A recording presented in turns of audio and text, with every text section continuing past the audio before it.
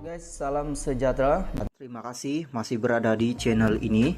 Dan bagi mereka yang belum subscribe channel ini, sila subscribe, like, komen, dan share supaya Anda tidak akan ketinggalan info-info yang saya sampaikan di channel ini. Berita hari ini saya kongsikan kepada Anda daripada Sinar Harian. Ketua Pembangkang, ahli Parlemen PN bermain politik jelek.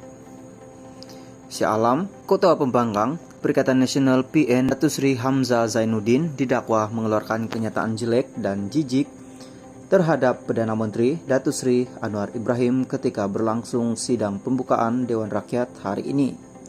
Ketua Setiausaha Politik kepada Perdana Menteri Datuk Seri Samsul Iskandar Muhammad Akin berkata, lebih memualkan naratif sonsang yang dibawa oleh Ketua Pembangkang turut dilantuni oleh ahli-ahli Parlimen PN tanpa menggunakan akal waras dan memainkan isu pribadi yang telah selesai.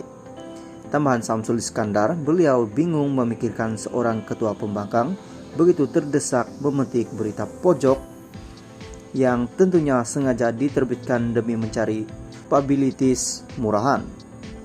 Saya bingung memikirkan perkara tersebut, sedangkan beratus pujian serta penghargaan yang dikeluarkan oleh ketua negara dan media utama tempatan serta antarbangsa. Isu pribadi Perdana Menteri telah selesai apabila yang di Pertuan Agung ke-15 Sultan Muhammad V berkenaan mengampunkan Anwar dengan pengampunan diraja dan bermaksud segala rekod kesalahan beliau dihapuskan. Ujurnya dalam satu kenyataan pada Isnin, pada 24 November 2022, sebaik saja Anwar yang merupakan ahli Parlemen Tambun mengangkat sumpah sebagai Perdana Menteri, sebagai agensi berita dari Italia, Nova menerbitkan artikel yang bertajuk First Full Blown Homosexual Prima Minister in Samsul Iskandar mendakwa pertikaian yang dibangkitkan itu adalah cobaan halus PN mencabar kuasa mutlak raja. Cukup-cukuplah bermain politik usang. Ini masa untuk negara bergerak ke hadapan dan lebih baik kita merangkul segenap kekuatan memperkasakan rakyat mendapati cabaran krisis ekonomi tahun 2023 yang bakal menjelang tiba. Saya turut berasa aneh bagaimana seorang ketua pembangkang yang sepatutnya mempunyai pengalaman luas di dalam parlemen boleh menyimpangkan peraturan-peraturan Majelis Musyawarah Dewan Rakyat 23 1A yang jelas menghalang satu pertanyaan dikeluarkan hanya dengan bergantung kepada penerangan-penerangan dalam surat kabar jelasnya. Halo guys, salam sejahtera. Terima kasih masih berada di channel ini. Dan bagi mereka yang belum subscribe channel ini, sila subscribe, like, komen, dan share supaya Anda tidak akan ketinggalan info-info yang saya sampaikan di channel ini. Berita hari ini saya kongsikan kepada Anda daripada Astro Awani. Dana PRN Sabah Anwar cerita semuanya kepada SPRM. Tan Sri Anwar Musa mengesahkan beliau sudah dipanggil memberi keterangan kepada Suruhanjaya Pencegah Rasuah Malaysia SPRM. Minggu lepas susulan dakwaan jutaan ringgit diserahkan pengurusi Perikatan Nasional PN Tan Sri Muhyiddin Yassin kepada UMNO ketika pilihan raya negeri PRN Sabah 2 tahun lalu. Halo guys, salam sejahtera. Terima kasih masih berada di channel ini. Dan bagi mereka yang belum subscribe channel ini, subscribe, like, komen, dan share supaya Anda tidak akan ketinggalan info-info yang saya sampaikan di channel ini. Berita hari ini saya kongsikan kepada Anda berita panas, berita mengejutkan hari ini daripada Berita Harian. Dr. Mahathir letak jawatan pengurusi pejuang. Kuala Lumpur, bekas Perdana Menteri Tun Dr. Mahathir Mohamad meletak jawatan sebagai pengurusi Parti Pejuang Tanah Air Pejuang. Perkara itu disahkan oleh sumber parti itu.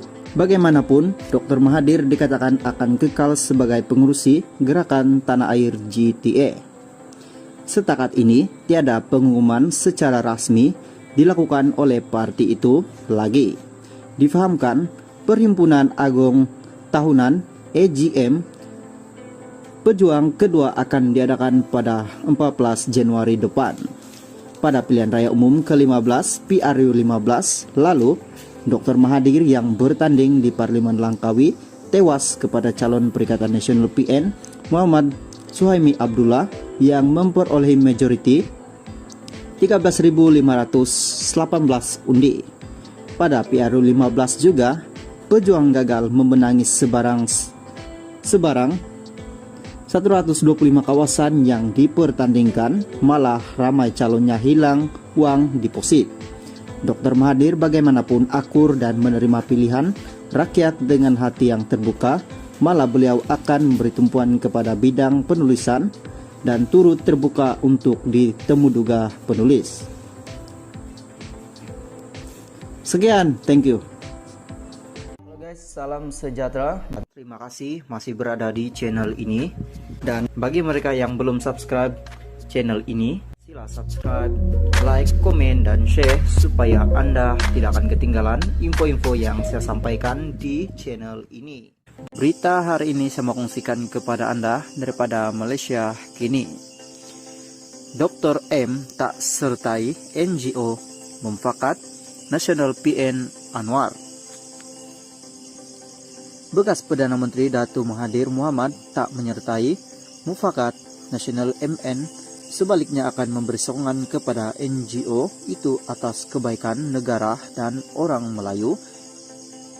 Menurut Presidennya Anwar Musa, bekas ahli parlimen itu berkata demikian pada sidang media di pejabat MN di Damansara, Kuala Lumpur hari ini. Pada saya ada Tun menyertai MN itu tidak berbangkit. Tun adalah seorang negarawan, MN hanya sebuah persatuan yang kecil. Tun adalah bapa kepada negara kita. Walaupun apa juga berlaku, tiada siapa dapat menafikan bahwa Tun adalah negarawan ulung. Walaupun dia menjadi ahli rasmi atau tidak, saya telah menjemputnya untuk menyertainya. Dibalas kata buat saja yang baik, saya sokong.